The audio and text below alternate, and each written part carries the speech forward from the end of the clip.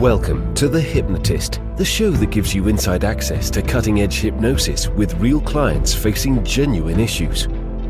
Brought to you by the hypnotherapist demanded by celebrities, CEOs, and even royalty, Adam Cox. These recordings took place live from Adam's clinic in London's world-famous Harley Street. This podcast features powerful hypnosis, so do not listen while driving or operating machinery. This recording is not suitable for those with epilepsy or severe mental health issues. So, get yourself comfortable and enjoy today's episode of The Hypnotist. Hi, it's Adam here, and in this episode of The Hypnotist, you're going to be listening to a hypnosis session that was created for a client that had high levels of fatigue and a sense of alertness whenever they were in situations that could involve evaluations or potential conflict. And part of that came from a childhood where they were very vulnerable. They were living in an environment where parents were quite critical, and they were studying in a boarding school where effectively there was a lot of bullying going on. So back then, it made sense to be very vigilant, very on guard, very on edge, because by being vigilant in that way, it would keep them safe. But they were an adult, and for many, many years, they were running that same protective program, even though they weren't in that vulnerable situation like they were as a child. And what this hypnosis session does is it uses elements of disassociated regression. It also uses a metaphor of the control room of the mind, but in a specific way. The key unconscious metaphor here is that they're running a program that was really useful as a child, but not useful as an adult. And what it does is it updates the software, but also even updates the control room. And there's references to things like AI and quantum computing to highlight that this can update itself and still have that protective ability, but only when it's really necessary, not in everyday situations. So if you're listening to this and you can feel yourself on edge in certain situations, if someone's trying to cajole you or dominate you, or in England we use the phrase take the piss, if someone's doing that and that kind of sets you off, or even if there's false positives where people don't have that intention, but it makes you feel on edge anyway, then I think you'd really benefit from this. But it has a more broader metaphor, and that is this idea of running old software. So if you feel that you're still acting and thinking in similar ways when it was useful as a child, but you're an adult and you don't really need to feel that way anymore, then it will also have that benefit of updating this internal brain software. If you're interested in hypnosis and you like the kind of stuff I do on the podcast, there is a way of getting a lot of the hypnosis that I do without having to listen to it on the podcast. I've got lots of audio sessions that don't have this intro, don't have the outro and the description and all of that kind of stuff. You can just hear the hypnosis. And in fact, there's 22 audio files just like that. So if you like listening to this, but you don't want to hear me ramble on before the hypnosis sessions, check out the description and download those 22 audio files, because that would be really helpful for you and also gives you other free stuff as well. In terms of this hypnosis session, though, the ideal way to benefit would be to ideally find a quiet, comfortable place where you won't be disturbed, relax, and enjoy the session.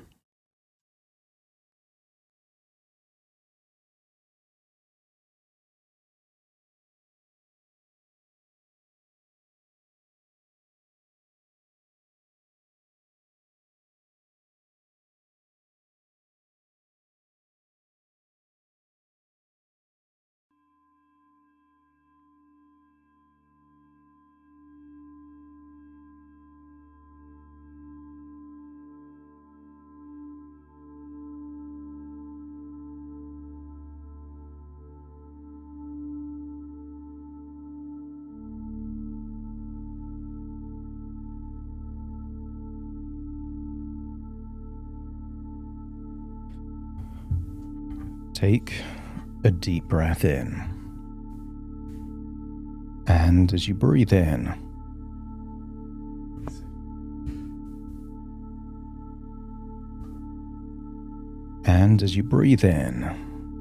breathe in that resourceful feeling of calm and relaxation.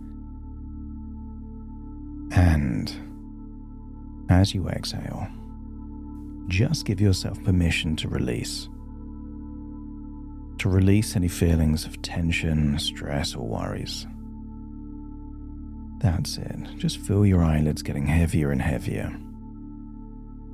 And notice your breathing, feeling more relaxed. Breathing in for longer and exhaling for longer. And noticing that the deeper you breathe, the more relaxed you become. And the more relaxed you become, the deeper you breathe. And as you breathe in, I want you to imagine breathing in a color that represents resourcefulness. And I want you to imagine a symbol that represents a depleted battery. Maybe it's a car battery or a power bank or one of those old rechargeable batteries. And maybe you could imagine a symbol that shows how depleted the battery is, or if it's a power bank, the percentage level that it's currently on. And imagine breathing in that color of resourcefulness, breathing in the resources you need, and exhaling anything that's been draining that battery. Intrusive thoughts, worries and fears, insecurities. Just allow those things that's been draining that battery to leave your body in your outward breath. And imagine breathing in that bright color of resourcefulness. Breath by breath, just feel what's been draining the battery is leaving you, and what is recharging and replenishing the battery is now within you. That's it. Each breath making you more resourceful than the last. And sometimes stress and tension can be a drain on that battery. So imagine tension and stress and worries just leaving your body in your outward breath and breathing in those resourceful feelings. Energy is resource. Vitality is resource. Optimism, confidence, self-belief, and worthiness, all resources. And as you breathe in those resources, maybe you can see or even feel a change to that internal battery. Maybe you could feel it recharging breath by breath. Each breath adding a fraction of a percent to those resourceful levels. And as you continue to breathe in and breathe out, exhaling any drains and breathing in those resources,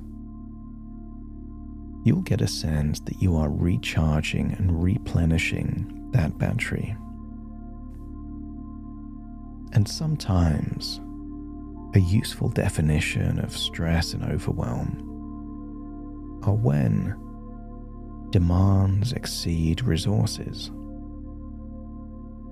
But as you exhale those demands and you breathe in those resources, I want you to get a sense that you're feeling more capable. And the more capable and resourceful you feel, naturally, your memory will just improve. Because when you feel resourceful, all of your cognitive functions work more efficiently. And memory recall is just one of those cognitive functions. So breathe in and breathe out, continuing to recharge that battery. And I wonder if you can picture the most elegant and ornate staircase possible. Maybe it's made of marble. Maybe the banister is made of gold. I want you to picture such an impressive staircase, and you're standing at the top of that staircase.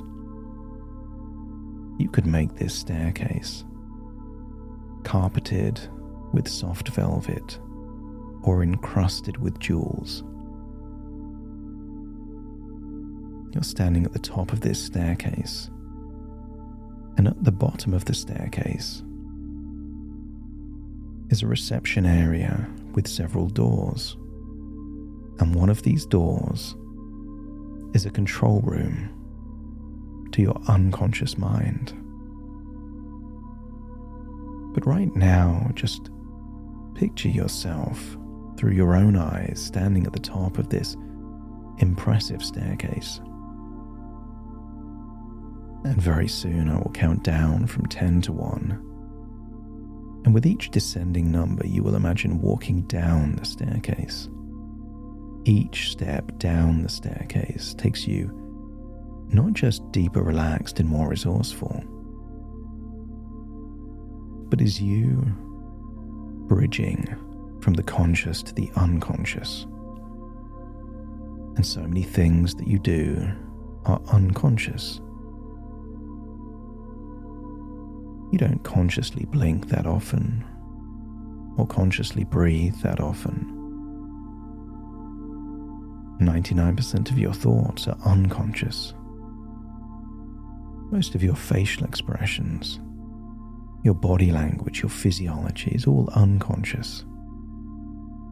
And as you walk down the staircase into that control room, we are going to the very source that can influence those unconscious responses.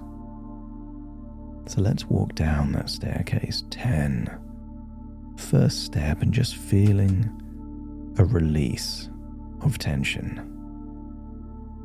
9. Just releasing any tension around your forehead, your jaw, your neck and your shoulders.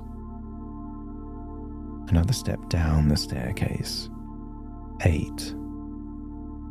Focus now on any tension in the neck and the shoulders and just imagine that melting away. 7. Breathing in even deeper, that resourceful feeling. And exhaling those things that's been draining your resources. That's it. 6. Just feeling like your arms, your shoulders down to your elbow, all the way down to your fingertips, are just feeling a wave of relaxation. That it is now time to just let go. So imagine your arms feeling limp and loose and relaxed, like the limbs of a puppet with no strings. That's it. Deeper and deeper relaxed. That's it. And as 6 turns to 5, now focus on your internal organs. Imagine your heart relaxing, your stomach relaxing. Imagine even your intestines start to relax. Your lungs relax. You are breathing deeper and more effortlessly. As 5 turns to 4, now just hone in on the lower abdomen. Just imagine anything connected with your intestines is relaxing.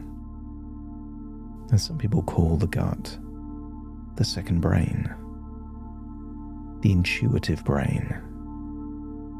And as you release any tension there, you are empowering your intuition. you can consider your brain like the CPU of a computer, that processor. You can think of your memory like a hard drive. But I want you to think of your gut as a combination between AI and the RAM. Your capacity to cope with things. That's it, just feel that being empowered. Think of that color of resourcefulness going deep into the gut. And as 4 turns to 3, now focus on your legs, continuing to walk down that impressive ornate staircase. Legs feeling limp, loose and relaxed. More and more comfortable. Down into your calf muscles. And then even your toes. As 2 turns to 1, feel a ripple of relaxation from your toes, rising up your body to your forehead, the top of your head, and then back down your arms to the tips of your fingers. As you take the final step off the staircase. And as you look up, I want you to see that wide awake conscious version of you still standing at the top of the staircase. Your unconscious is at the bottom of the staircase, and that unconscious part walks towards a door. And this door will access a control room that would have looked futuristic from your childhood. Not in days and modern times, but from your childhood. Things like dials and gauges, or basic graphics on a screen. But that's just what's behind the door. Let me count down from 5 to 1, and you will imagine opening the door and accessing that old-fashioned control room. 5, putting your hand on the handle. 4, turning the handle. 3, opening the door of that control room. 2, walking into the control room. And 1, closing the control room. You're now inside, the door is closed, and that conscious part is all the way up there at the top of the staircase. Your unconscious is in the control room. And I want you to see a control room that would have looked modern, perhaps in the late 80s or the 90s. Maybe you can see old-fashioned computer monitors, dials and switches and faders. And if you can imagine being in that control room, let me know by nodding your head. That's it. And I want you to see a large monitor that would have looked modern back in your childhood. And I want you to see yourself as a child in a vulnerable situation. I want you to see yourself back then. And I want you to think, back then as a child, you needed to create a strategy, software, ways of thinking to deal with being in a vulnerable situation. And if your unconscious mind believes that what you created then was indeed useful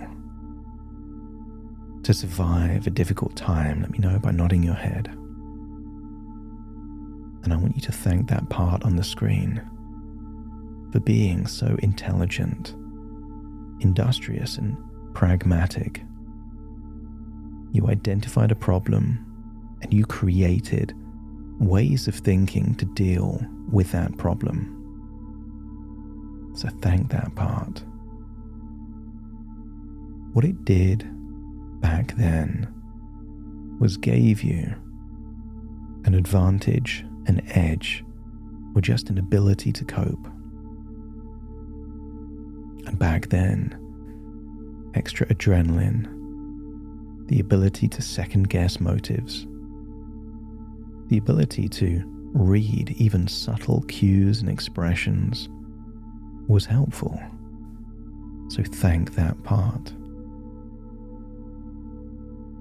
But I want you to get a sense that just because something was useful at one point in time doesn't mean they're useful now. Maybe as a child you used to use 60 or 90-minute cassettes to record songs off the radio. But you don't use those cassettes anymore. There was a time when you would save files onto floppy disks, but you don't do that anymore. And there was a time when you had to access the internet or load software in a slow, noisy way. And you don't do that anymore. And I want you to see the clothes you used to wear as a child. And you don't wear those clothes anymore. And if your unconscious accepts that something can be incredibly useful at one point in time, and yet become useless or redundant at a different time, let me know by nodding your head. That's it. But thank that part for creating what was needed exactly when it was needed. But I want you to telepathically stream to that younger version of you on that screen all of your frustrations with fatigue, the lack of sleep, the second guessing, the mental replays. Stream all of that to that younger version of you that had no idea that you would continue to use that coping strategy all the way into adulthood.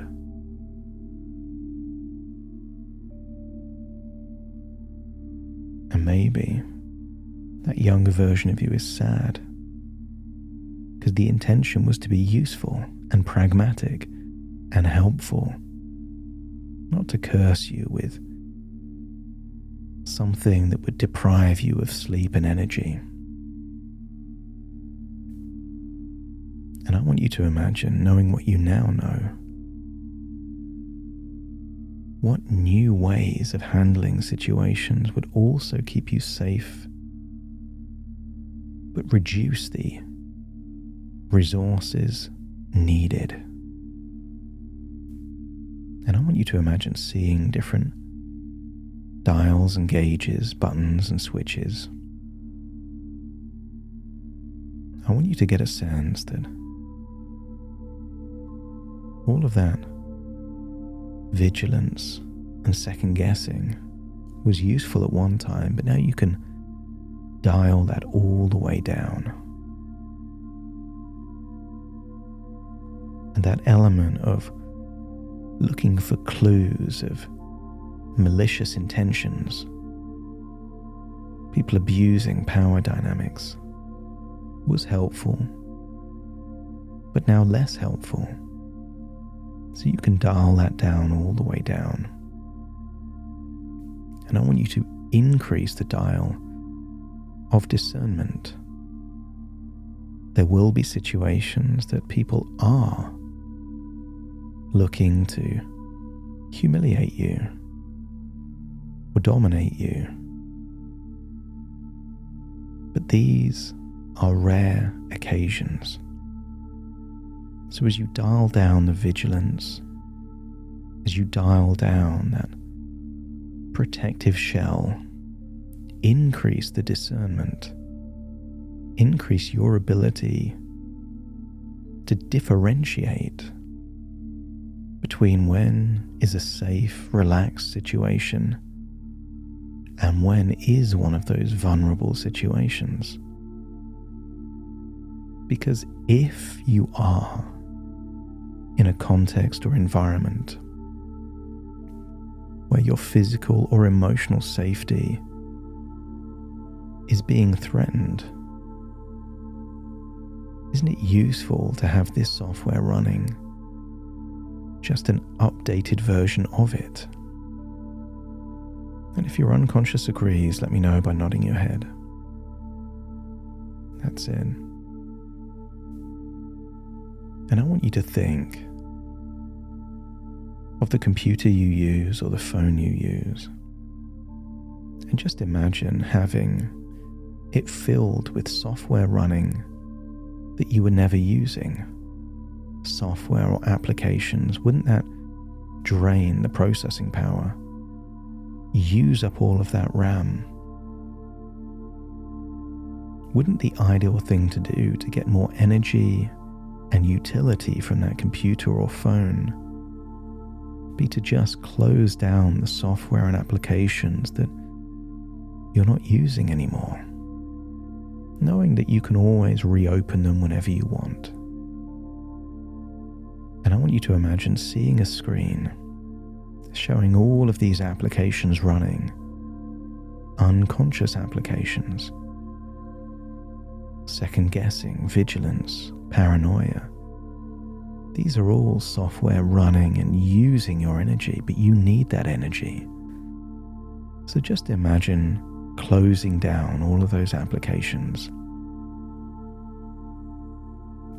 And when they're all closed down, only open one right now. Mindfulness. Being here in the present, listening to my voice. And when all of those applications are closed and just mindfulness is running, let me know by nodding your head. That's it. And then imagine, in this mindful state, it occurs to you, you've been running old software in an old control room. You don't allow a few months to go by without updating the operating system on your computer to get the latest version on your phone. And it dawns on you, you're running out-of-date software. So just imagine navigating this old-fashioned control panel and looking for what is called an update. This will update not just the unconscious programs you're running, but also the control room. We will turn this old-fashioned control room into something futuristic, powered by the latest artificial intelligence and quantum computers. So press that update button and start to feel that old software is being deleted. Software that you're using is being updated, and new software is being installed based on all of your wisdom, all of your experiences, and in particular your intuitive ability to know what would really help. Maybe it's more playfulness, more curiosity. That ability to be unfazed, unflappable. They're all software for your mind. And at the point where the update has happened, don't be surprised if you see that old monitor turning into a state-of-the-art 8K screen. The old machines are now the latest technology. And at the very heart is now a quantum computer. And I want you to feel the updates happening in your body as you feel more resourceful than ever before, with access to new ways of thinking and the intuitive ability to change and let go of what isn't working, and to embrace new ways of thinking and evaluating to give you more energy, clarity, more sense of activating you at your most resourceful. And when the update is finished, let me know by nodding your head. That's it. But now I want you to see that childlike version of you on the screen being replaced by a future version of you, perhaps a week from now, a month from now, a year from now. And just see that version of you perhaps being told that they've done something wrong, and see that future version of you brushing it off like nothing, or just learning from it, or being curious or playful. I want you to see that version of you sleeping so much better, recalling key facts and information easier than ever before. You know what it's like when you've had an old computer and you get a new one. Everything happens faster. You get the information you're looking for quicker. Things that used to be a drain now become a joy. And if you can see that future version of you handling things differently because you are more resourceful and you've let go of some of those old demands that were true as a child but not as an adult, let me know by nodding your head. That's it. And then step into the screen and feel what that would feel like to be sleeping well. To not have the intrusive thoughts in the way that you had. To be more optimistic. To have this deep belief nobody's out to get you. They're just doing their thing, running their programs, and you're running yours. You let go of the need to take things so personal, to give more of the benefit of the doubt, and to only activate that vigilance in the rare occasions it's actually useful, which is hardly ever at all. And if this feels like you could sleep better and have more energy, let me know by nodding your head. And just leave the screen and then just see a futuristic dashboard which now shows your energy levels, that all that breathing of those resources has now replenished your energy levels. And just get a sense of how good that would feel. That's it. So you leave this control room feeling invigorated, allowing the AI and the quantum computer to make automatic updates as necessary, to give you the feeling that any time something happens that was less than optimal, you will replay it in a way to teach the AI how to handle similar situations much more better and usefully and pragmatically than before. You will become more and more resourceful because everything you do is either a win or a learn.